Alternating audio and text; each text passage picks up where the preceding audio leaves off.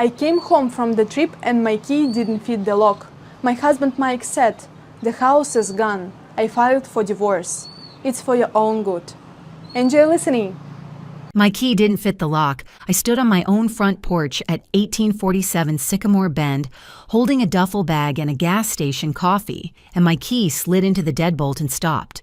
Wrong teeth. New lock. I tried it again because that's what you do. You try the thing that isn't working one more time like the universe might change its mind. It didn't. The phone was in my hand before I thought about it. Mike picked up on the second ring, which told me he'd been waiting for this call. "Elaine?" he said, and his voice had that rehearsed steadiness, like he'd practiced this sentence in the bathroom mirror. "The house is gone. I filed for divorce. It's for your own good. For my own good. 7 years of marriage, and that's the line he went with." I smiled, standing right there on the porch with my duffel bag and my cold coffee and a key that didn't work anymore. I smiled so wide my cheeks hurt. "Okay, Mike," I said. "Okay." And I hung up. Then I opened my texts and typed 6 words to my lawyer, Athena. They took the bait. "File everything now.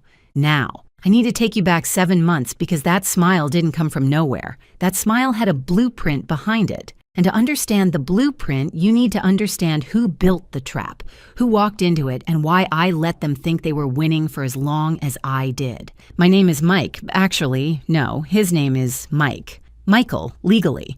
But nobody calls him that except his mother when she's furious, which is often, but that's a different story. My name is Elaine Vargas. And 7 months before that porch, I was sitting at my desk at Red Rock Property Group in Broken Arrow, Oklahoma, reviewing a lease compliance audit for a strip mall on Kenosha Street that had 3 code violations and a tenant who'd been running an unlicensed nail salon out of a storage unit. That's what I do. I read leases, I find what doesn't match, I catch the things people hope nobody notices. I'd been doing it for 4 years at Red Rock, and I was good at it. Good enough that they were talking about promoting me to team lead, which would bump me from 68 to 79,000 and finally make the math work on Aunt Rita's situation, which I'll get to. I met Mike at a friend's crawfish boil in April 2017.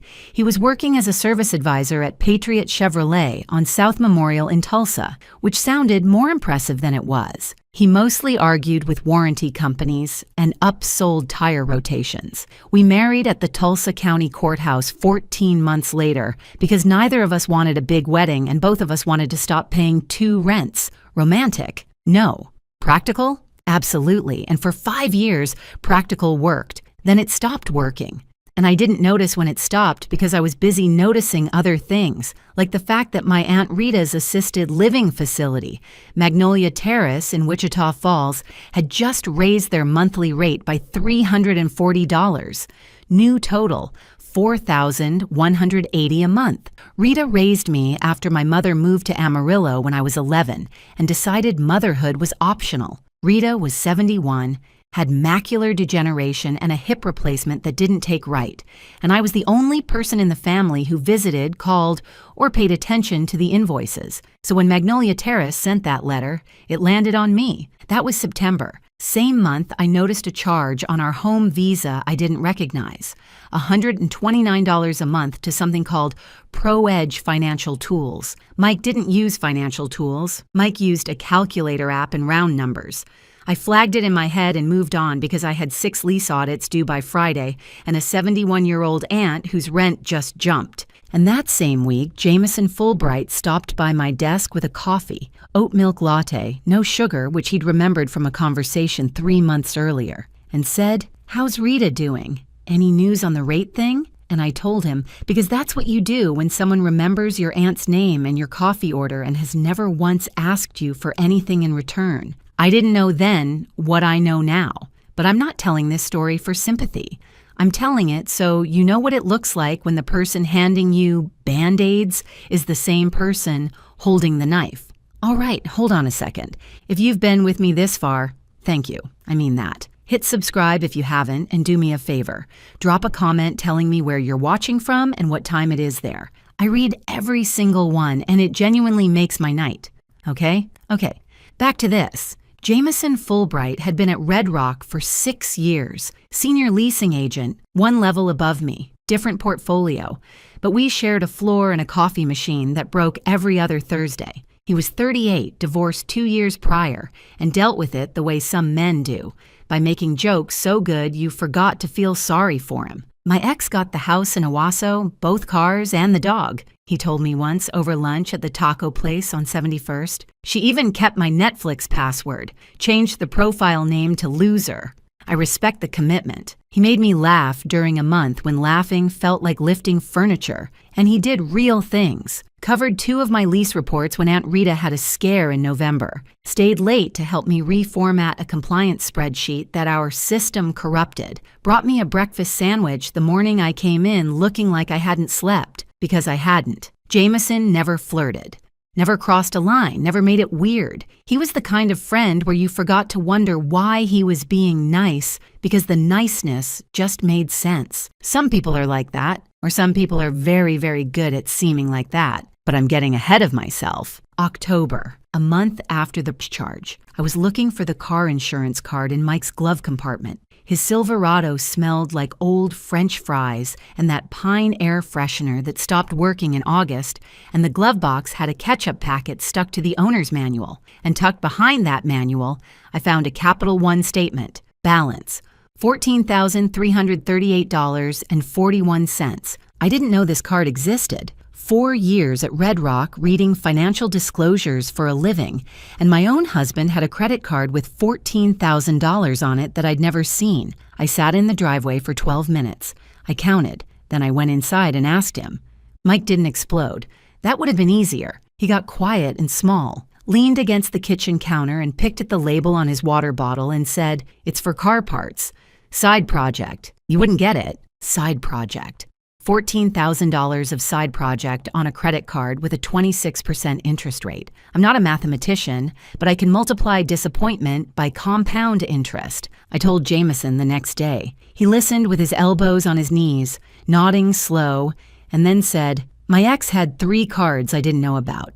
3. That's how it starts. 1 card, then a second, then suddenly you're staring at $40,000 of someone else's decisions." He didn't tell me what to do. He asked questions. How's the mortgage? Do you know what the house is worth now? Is your name on everything? At the time, I thought he was helping me get my bearings. Practical questions from a practical man who'd been through his own mess. I answered all of them. The mortgage was $161,000 left on a house we'd bought for $191,400. Current value, based on a comp I pulled from Zillow, somewhere around $287,000. My name was on the deed. Joint ownership. "Good," Jameson said. "That matters. Trust me." Meanwhile, Aunt Rita's facility needed a new payment arrangement by the end of October. $340 more a month doesn't sound like much until you're sitting at your kitchen table at 10 p.m. with a calculator, a stack of bills, and a husband who apparently has a secret financial life. I did the math on the back of an envelope from the gas company. We had this rule, Mike and I: no financial secrets. We made that promise over a $9 bottle of Yellowtail on our 2nd anniversary. I kept the promise. He kept the wine preference. Mike started coming home later that month. Over time, he said, every time, like the word was a skeleton key that opened every question. I didn't push it. I was too tired to push anything. November. The month everything started leaking. I tried to check our joint checking account online, the one at Arvest Bank that we'd had since 2018. The password didn't work. I tried the backup. Didn't work. I called the branch on Elm Street, and a woman named Tammy, with a very patient voice, told me that Michael Vargas had revoked my digital access privileges on October 29th. "He can do that," I said. "He's a joint account holder, ma'am. Either party can modify online access settings." I sat at my desk with the phone still against my ear, listening to Tammy breathe, and felt something shift in my chest. Not anger yet. Something before anger. The moment your brain accepts that the thing you've been explaining away can't be explained away anymore, told Jameson during our lunch break.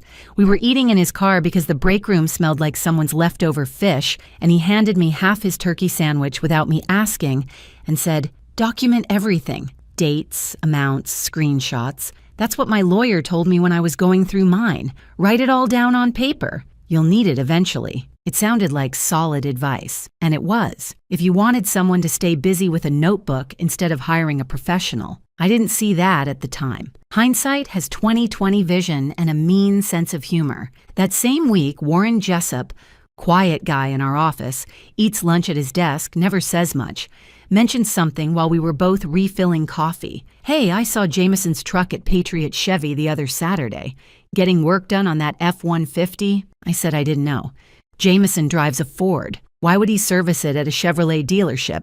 I didn't think about it. Filed it in the back of my head like a receipt I might need later and moved on. Because I was focused on Mike, where all the obvious problems were. And Warren's comment was a 2-second blip that didn't register above the noise. 4 days after I told Jameson about the bank lockout, Mike cornered me in the kitchen. Stop calling the bank, he said. Not yelling, controlled, rehearsed. Stop going through my truck. Stop checking up on me. I know what you're doing, Elaine. He listed specifics. The online login attempt, the call to Tammy at Arvest, the glove compartment.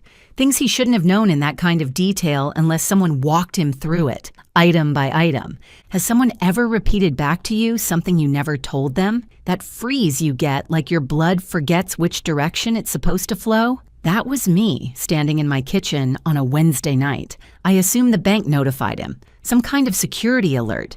That made sense, right? Banks do that. I didn't consider the alternative because the alternative would have meant suspecting the one person who was keeping me from falling apart. You're being paranoid, Mike said, and the word landed exactly where it was supposed to, in the part of my brain that was already exhausted, already questioning itself, already wondering if maybe I was making this into something it wasn't. A week later, my manager at Red Rock, nice woman, been there forever, pulled me aside after a meeting and said, Elaine, are you managing okay? Someone mentioned you've got a lot going on at home. I hadn't told my manager anything, not one word. I stood there trying to figure out who would have said something and came up blank. I told her I was fine. She gave me that look managers give you when they don't believe you but don't want to push. By late November, my friend Connie from church stopped returning my calls. Just stopped. No fight, no explanation. My neighbor Patrice, who used to wave from her mailbox every morning, started timing her trips outside to avoid me. I could see her through the blinds, waiting until my car pulled out before she'd walk her dog. Mike was telling people things. I didn't know exactly what, but I could feel the radius of it. The way a room gets when people know something about you that you didn't tell them. I found out later he'd been saying I was paranoid, controlling, that I'd been going through his phone and his mail and his accounts like a woman losing her grip. And the worst part? Some of it was true. I had gone through his glove compartment. I had called the bank. From the outside, I probably did look like a woman coming apart at the seams. I just didn't know yet who gave Mike the script. The Tuesday it hit me, really hit me, was December 3rd, and I know the date because it was the same day Magnolia Terrace sent the second notice about Aunt Rita's payment plan, and I remember holding both things in my hands at the same time. A past due invoice for my 71-year-old aunt and the absolute certainty that my marriage was rotting from the inside. That Tuesday morning, the alarm went off and my body voted no. First time in 2 years, I called in sick, drove to the Walmart on 71st Street and parked in the back corner of the lot near the garden center where nobody parks in winter. Sat there for an hour and a half, ate a bag of peanut M&Ms from the center console, the kind where half the candy shell has rubbed off against the wrapper and they taste like wax and chocolate and poor life choices. I picked up my phone to call my mother in Amarillo, put it down, picked it up, put it down. My mother is the kind of woman who'd say, I told you so, before I finished the first sentence. And I didn't have the bandwidth for that conversation and the one I was already having with myself. I need to stop here for a second. This part, yeah, I'm fine. Let me keep going. Jameson texted at 10:14 a.m. You okay? You never miss work. 20 minutes later, his F-150 pulled into the parking spot next to mine, and he got out holding a breakfast sandwich from Quick Trip. Sausage, egg, cheese on a croissant, the one I'd mentioned liking once in passing 4 months earlier. He didn't ask what was wrong, didn't try to fix it, just sat in my passenger seat and ate his own sandwich and let me cry into a paper napkin without saying a word for 6 full minutes. Then he said, You're the sharpest person in that office, Elle.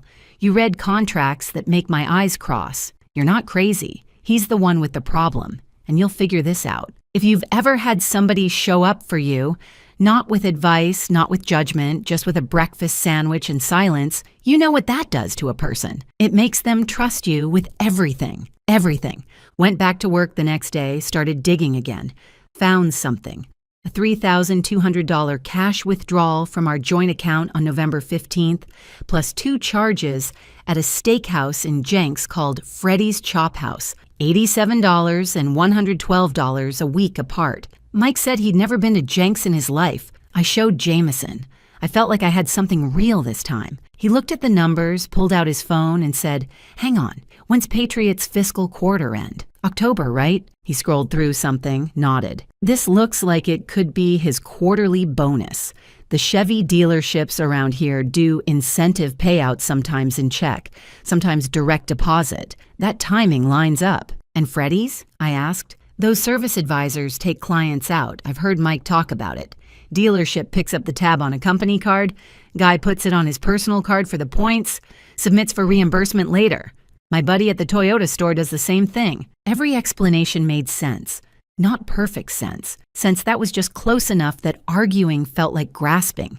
My evidence dissolved like sugar in hot water. I sat there looking at numbers that meant everything 5 minutes ago and meant nothing now. Then, and this is the part that still makes my skin crawl, Mike changed. He came home that Thursday with flowers, grocery store carnations, the kind that come in the plastic sleeve with the barcode still on, but still flowers. Put them on the counter and said, "I've been thinking, maybe we should talk to somebody, a counselor. I know things have been rough." This was the man who'd called me paranoid 3 weeks ago, who'd locked me out of our bank account, who'd been vanishing every night, and now he wanted couples therapy. When a man who's been cold for months brings you flowers, that's not love. That's a man who needs you to stand still a little longer.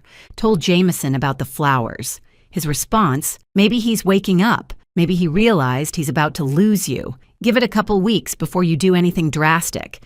See if it's real. It sounded reasonable. It sounded measured. It sounded exactly like what a good friend would say. It also bought exactly the amount of time they needed. January did something I didn't expect. It gave me room to breathe. Mike kept up the counseling act for about 2 weeks before quietly dropping it. The therapist doesn't have openings until March, he said one night without looking up from his phone. I didn't push. I'd stopped pushing Mike on anything because pushing Mike had become like pushing a wall, exhausting and pointless, and the wall doesn't care. But here's what Mike didn't know, what Jameson didn't know, what nobody on this earth knew except me and one woman in a second-floor office on Boston Avenue in downtown Tulsa. I hired a lawyer. Her name was Athena Klosterman. I found her through Aunt Rita's estate attorney in Wichita Falls, a referral chain that had absolutely nothing to do with Red Rock, nothing to do with Broken Arrow, nothing to do with anyone in my daily life. I paid the $275 consultation out of a savings account I'd opened at a different bank entirely, Mid-First, the branch on Sheridan Road, using my maiden name on the correspondence. That's actually when I started keeping copies of anything important, financial statements, mortgage documents, insurance policies, on a separate flash drive that I kept in my locker at work. Cost me $8 at Office Depot. Best $8 I ever spent. Athena had 14 years in family law, a handshake that could crack a walnut, and an office that smelled like old paper and lemon pledge. She listened to everything. The credit card, the bank lockout, the password changes, the isolation, the flowers, and said, keep documenting, don't confront. And don't tell anyone you've retained counsel, not your mother, not your best friend, no one. I almost told Jameson. I came close on a Wednesday. We were eating lunch in the break room, and he asked how I was holding up, and the words were right there, sitting on the edge of my tongue like a coin on a ledge. I got a lawyer, but something stopped me. Not suspicion, exhaustion. I was tired of narrating my own disaster to people, so I swallowed the words and said, I'm managing. That tiny silence saved everything, and I didn't even know it yet. February was quiet in the way that January had been, suspiciously uneventful like the pause between the lightning and the thunder. Mike worked. I worked. We occupied the same house the way two strangers share an elevator, aware of each other, careful not to touch. I drove to Wichita Falls on the second weekend of February to handle Aunt Rita's rate situation in person. Sat across from the facility administrator with a folder of financial projections I'd made on a Sunday night and negotiated a 6-month freeze on the increase. Rita squeezed my hand afterward and said, "You've always been the stubborn one." That's a compliment. I drove home feeling like at least one thing in my life was under control. When I got back, Jameson suggested I should go again. "Take a longer trip next time," he said. 3-4 days. "You looked better after that weekend than you have in months. I'll cover your compliance reports. I've done it before. You deserve a real break, Elle." It sounded like care. It sounded like the kind of thing a person says when they see you running on fumes and want you to rest. It was a schedule. He needed me out of the house for 3 days. He needed a window. I said yes. Planned a trip for mid-March. 3 days in Wichita Falls. Aunt Rita's paperwork as the cover, which was real because there was always paperwork. Meanwhile, the promotion came back around. My manager called me into her office and said I was the leading candidate for team lead. $79,000. Benefits bump.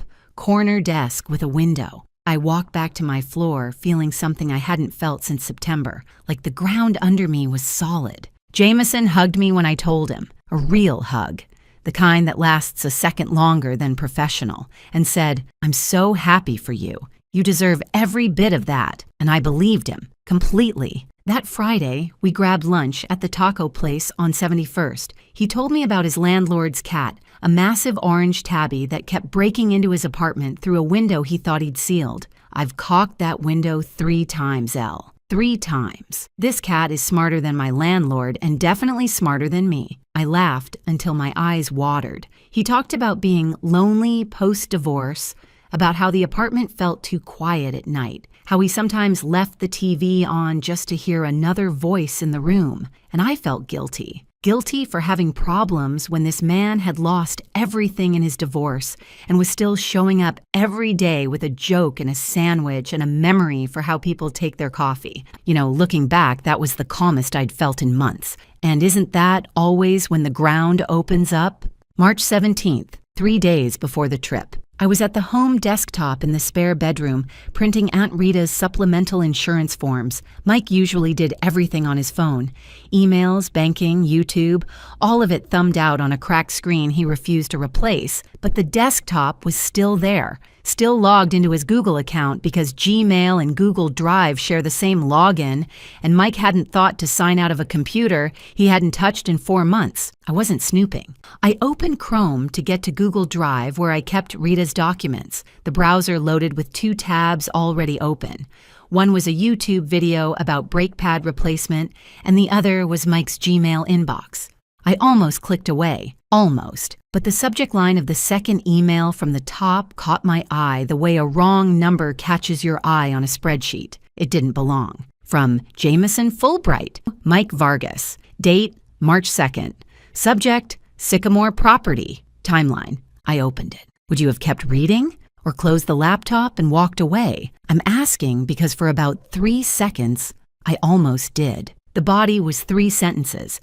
Jameson's voice, casual and direct, the same tone he used when he talked about lease comps over lunch. Attached is the draft purchase agreement from Heartland Home Solutions. Trey's ready to move when you give the green light. She'll be in Wichita Falls the week of the 20th. 3 days is enough. Change the locks Tuesday. Trey files the offer Wednesday. I'll handle the rest from this end. Attached. A draft purchase agreement. Buyer. Heartland Home Solutions. LLC. Contact, Trey Scanlon. Property, 1847 Sycamore Bend, Broken Arrow, Oklahoma. Offer price, $219,000. Our house was worth $287,500 on March 2nd. This email was sent 3 weeks before Mike filed for divorce on March 24th. The divorce wasn't Mike's idea. The timeline wasn't Mike's timeline.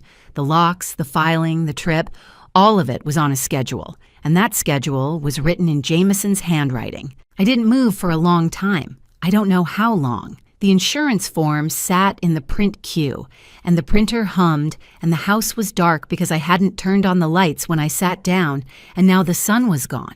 Then my brain did what my brain does. It runs numbers. It finds what doesn't match. It reads the fine print. Warren saw Jameson's truck at Patriot Chevy on a Saturday. Jameson drives a Ford. Mike works at Patriot Chevy. There was no car appointment. There was a meeting. Jameson's questions about the mortgage, the house value, my equity, those weren't concern. That was an appraisal. He was pricing my life for a buyer I'd never heard of. I told Jameson about the bank lockout. 48 hours later, Mike knew exactly what I'd tried to do online, right down to the specific login attempt and the call to Tammy at Arvest. Jameson told him. That's how Mike knew. The $3,200 withdrawal, Freddie's Chop House. Jameson explained every piece of evidence away, calmly, logically, with details that sounded right. He wasn't helping me see clearly. He was protecting the scheme. The timeline wasn't ready yet. Go see Rita, take 3 days, I'll cover your reports. He wasn't giving me a break. He was clearing the house, the promotion. My manager asking if I was doing okay at home, Jameson told her, not to protect me, to slow me down. A woman distracted by personal chaos doesn't ask for a raise. A woman who gets promoted to $79,000 has more resources, more stability, more options. He needed me stretched thin. Trey Scanlon, Heartland Home Solutions, LLC, Jameson's half-brother. I'm going to be honest right now. Mike was a disappointment.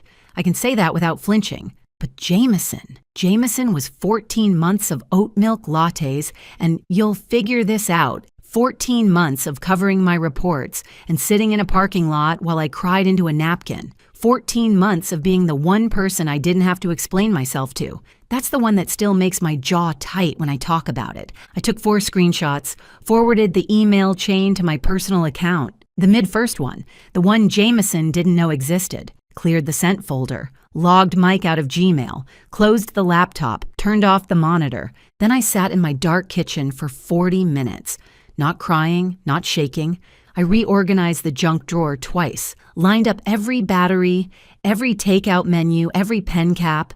When I ran out of things to organize, I stopped, and my hands were steady. And right there, at 11 at night in my own house, I stopped being hurt. I got quiet, the kind of quiet that should have scared somebody. I called Athena at 8:01 the next morning. Her office opened at 8. I was the first call. Drove to Boston Avenue on my lunch break with my phone in my hand and showed her every screenshot.